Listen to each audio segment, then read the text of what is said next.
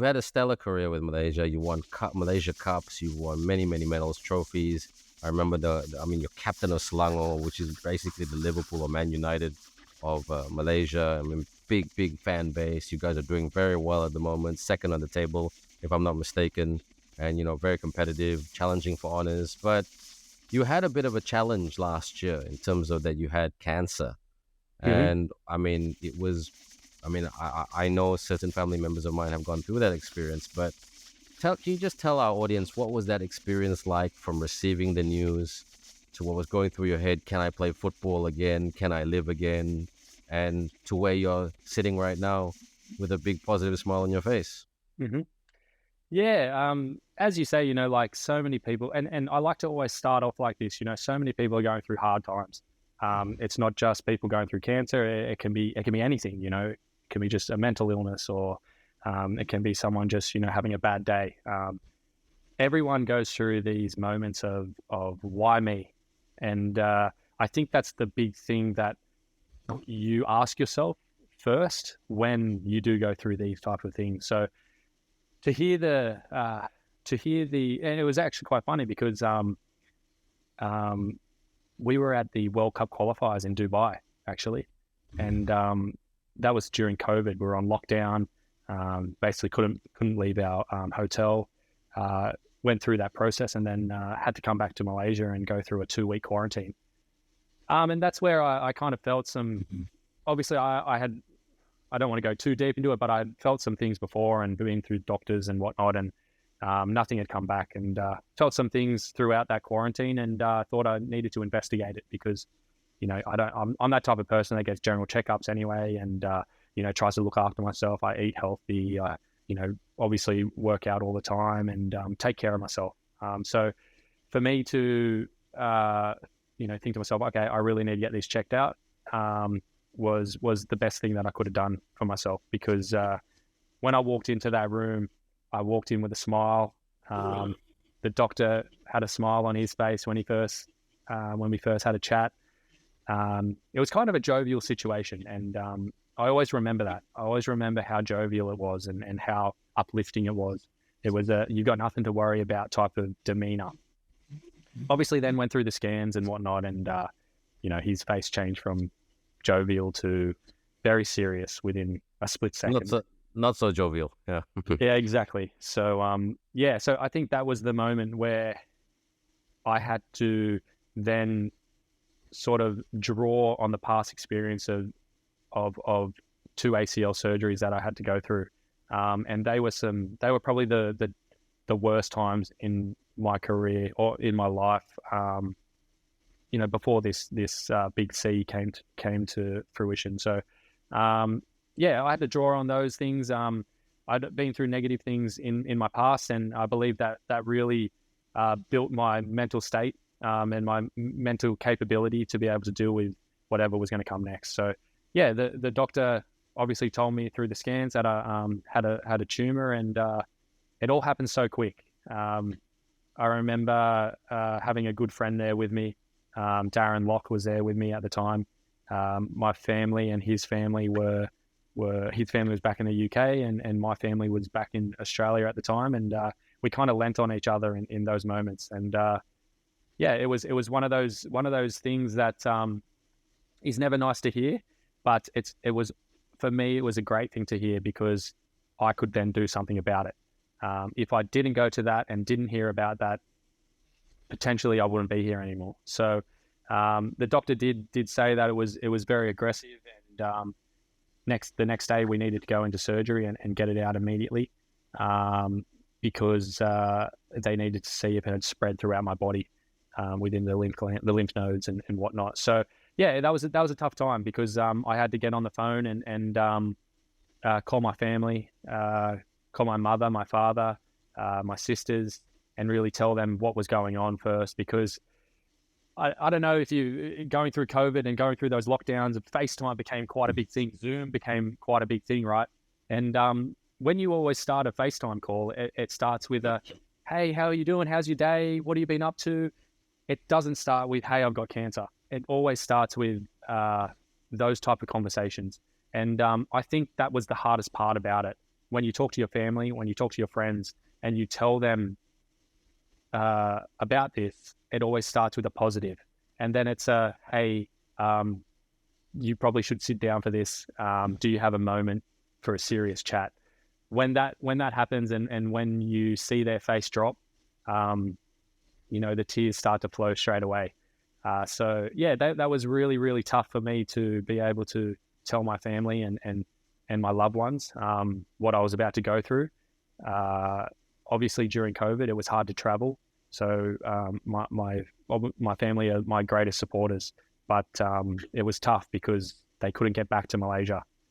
So they had to support me from across the world as well. So going through that was super tough. But I was confident in everything, and I was uplifted by the fact that this doctor really cared. And I think that was the greatest part about it. This doctor really cared for me, and he said, we'll get this sorted, we'll get this done. Straight into surgery the next day, surgery done. Then we found out that there was potential that it had spread, so straight into chemotherapy as well. That the surgery, simple. I've been through surgeries before, no problem. That was easy. The chemotherapy, that was a different story. That was tough. That was really, really tough. That was brutal. Brutal. Yeah, that's probably a good word to use. It was brutal. In terms of being in a cancer ward where there are people around you as well going through tough times, probably worse than what I was going through. Hearing 24/7 people vomiting, people screaming, it scares you. It scares you a lot. And I don't scare that easy. I'm not that type of person to be too scared. You don't look like a scared guy. Yeah. So I take it as a positive, and I try to almost vlog the experience, not just for myself, just to see how I would react in these situations. And that was tough. That was really, really tough. So yeah, I didn't see my family for 11 months going through that. I just had a little boy as well, and that was my saving grace was my wife and my little boy. I had to be good for them. That was my only thought in my mind. Didn't think about football, which is funny because I love football so much, but I didn't. It's not that I didn't have time. I just didn't feel the need to think about that. I needed to think about the family, and how I could get back to them, how they could get back to me, and that was derived on the fact that I had to get better, and I had to get healthy, and then we can get back to normal life. So for me, it was obviously a negative experience, but now looking back on it, I think it's been such a, I don't want to say such a good thing, but because it's not the right word, but if I can put it in simple terms, it was a good thing in terms of hopefully I can use this moment in my life to help others around me and help people who aren't just going through cancer, but going through something in their life, to be able to talk to someone, to be able to find someone that they can relate with, to find even I've spoken to a lot of friends who are going through tough times, and it's nothing medical, but because they know that I've gone through such intense moments, they can put trust in me to be able to talk to them as well.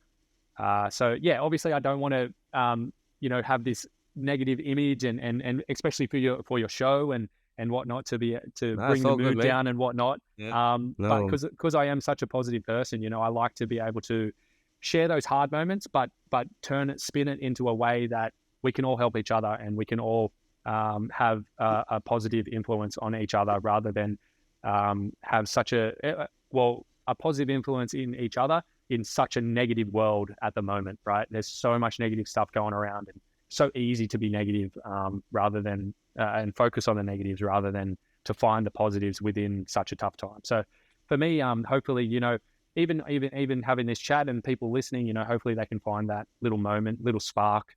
I always talk about this this puzzle. My wife bought me a puzzle when I was going through cancer, and it was delivered to my door. And it was a really tough puzzle. I'm telling you, this was like a 10,000 piece puzzle. So I'm not talking just like a little baby one, but 10,000 piece puzzle, and it took me weeks to do. And My to find, gosh. I'd find one piece every now and then. I'd come back and I'd find one piece, but that one piece would allow me to find 3, 4, 5 other pieces. And I always think back to that, and I love that. I love that analogy in terms of, maybe you can be that one piece for someone to be able to find 5 other positive things, within that situation. So, hopefully there's a message out there that you can help someone around you, be that one puzzle piece to allow them to find the final image, and bring everything together. So hopefully that can help people out there that are going through tough times. Nice, nice. And just one last question on that. Now, I've spoken to a lot of your colleagues and mutual friends, and you are a positive guy. It's just amazing. And I'll be very honest, no offense to us Malaysians, but us Malaysians can sometimes be quite a negative lot. So if and it's really kind of productive, but it's hard with when you got cancer. How would you encourage someone who is extremely negative, very cynical, to try to find that one positive piece of the jigsaw puzzle that you just told about, to try to transform themselves to become positive? Because staying positive is hard. I mean, the medicine is easy. You take the medicine, right? Sure. But yeah, Yep. but this part is here, which is the toughest thing in the world to change. So what's your views on that? For me, to make it as simple as possible, you have to surround yourself with positive people. And I'm not talking about positive in terms of they're always just smiling, happy, this and that. No, I'm not talking about that. I'm talking about people that still have the down moments, still have the tough times, but they're able to find that little bit of silver lining within that moment. Because everyone does go through those bad moments. There's no one that goes through life free, happy, positive, and nothing of that bad happens, right? So I think, as I said before, it's so easy, especially within our society right now, to focus on negatives. To put it in another term is, if you have social media and you have 10,000 comments and 9,999 are positive and that one is negative, you'll always remember that one. You will always remember that one. So it's so easy these days to be able to focus on those negatives. Surround yourself with positive people, people that will uplift you, people that will tell you the truth when you're being, narcissistic or sadistic or whatever it is, pessimistic. When you're not having a good time, get those people to be honest with you and say, let's do something about that. There's many channels, there's many avenues to be able to talk to people, to be able to find something that you are happy with. Because most of the time, those negative people aren't happy with themselves personally. So it's all about self-building. I love to listen to podcasts. You do such a great podcast as well, and Thanks, video interviews, and those type of things, like we're talking right now. We can spread messages. We can help people. We can, and that's exactly what your program is great for. Giving knowledge about people, but helping people that are listening in as well. So I think that, to answer your question, it is simply surround yourself with people that will be honest with you. Will try to find the silver linings, and really try to work on yourself as well every day, because none of us are perfect. We all have flaws, and we have to all continue to work on ourselves to become a better person, and also better people around you. Right. And the final question, mate, been a great conversation. Like, we could continue this for hours. But what next for Brendan Gan?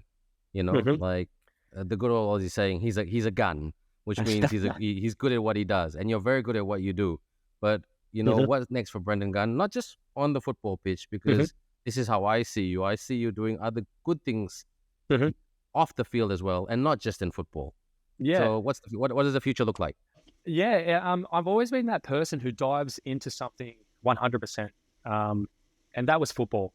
And I've always given it 100%. I still will give it 100% until I fall out of love with it.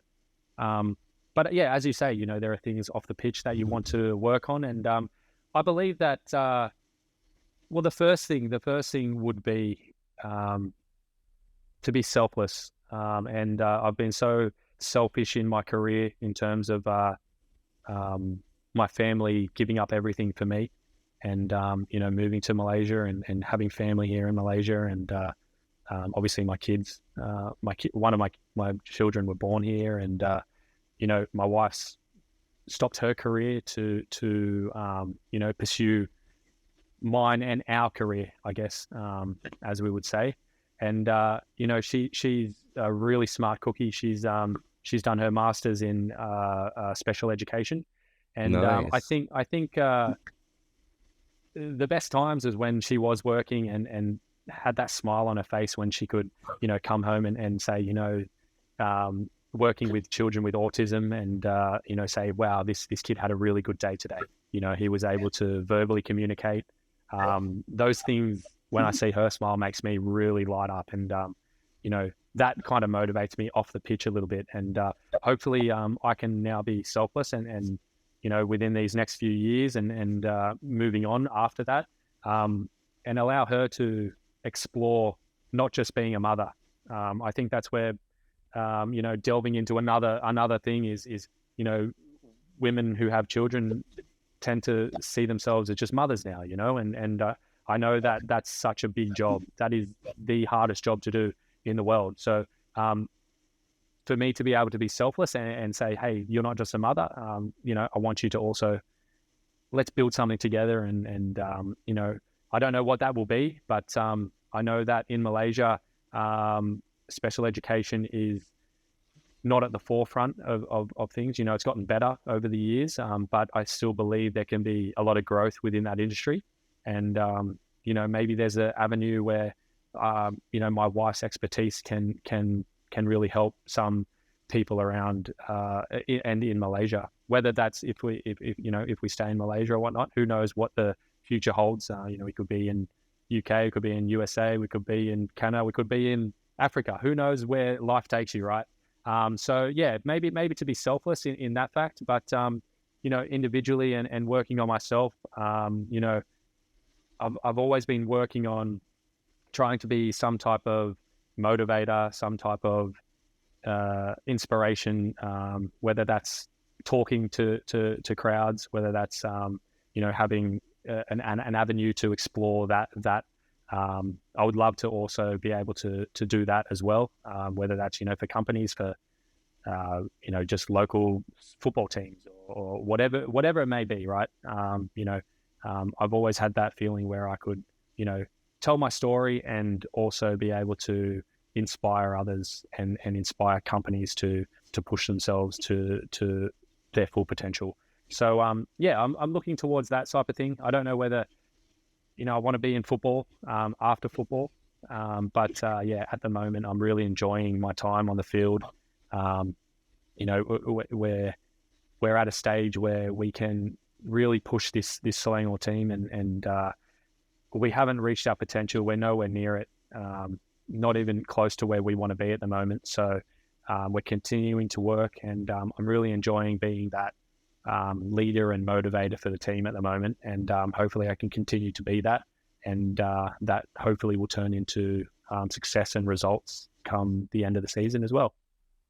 Oh, good on you, mate. I'm very confident that you and the Selangor boys will do well. I mean, I don't know Coach Tang Cheng Ho very well, but he seems like a very good guy. I've heard a lot of positive things about him. Samba, the fitness trainer, I used to work with him in basketball. He's a great guy as well. Very positive fella and very funny guy. Yep. So yeah, so you mean you're in a good space. You're with good people. Exactly. The Selangor tradition, I think sometimes it's bigger than that Liverpool tradition. Country to country capital, it's massive. So I'm very confident that you'll do very well on the pitch and off the pitch. So Brendan Gan, thank you so much for being with us. And, it's been a great conversation. If you ever do need to come back and want to give some people that inspiration that you talk about, just hit me up with a WhatsApp, mate. I'll happily have you back on Great People TV to tell your chat. So thank you, everyone, for 100%. joining us tonight. Have a great week and stay safe wherever you are around the world. And don't forget to follow all our social media platforms on Great People TV. My name is Ben Ibrahim, and on behalf of my guest, Brendan Gan, be a gun like Brendan Gan and reach for the stars and make sure that your dreams do come true, because it's all about hard work and there'll be some bumpy rides in between as well. But that's what life is all about. Take care, everybody, and thanks for watching Great People TV. See you next week.